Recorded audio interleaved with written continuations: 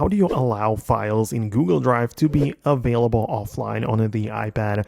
Let's get started. If you're new on this channel, make sure you subscribe so you will not miss the next tutorials like this one. Well, okay, so you can open up like the Google Drive application, like make sure you have it. If you do not, just get the app, it's much better.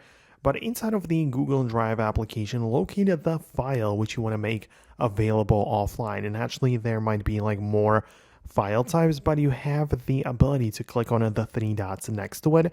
And there is a button which is titled Make Available Offline, right? So it doesn't like move away from the Drive application.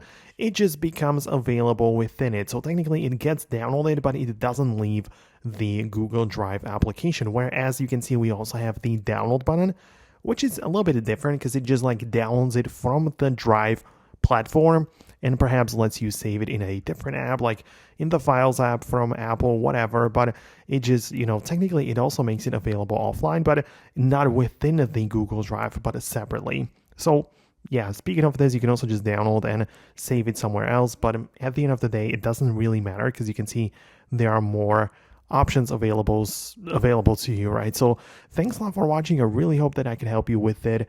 In case of any questions, as usual, leave them below in the comments. Thanks a lot for watching, and I'll see you later in the next videos.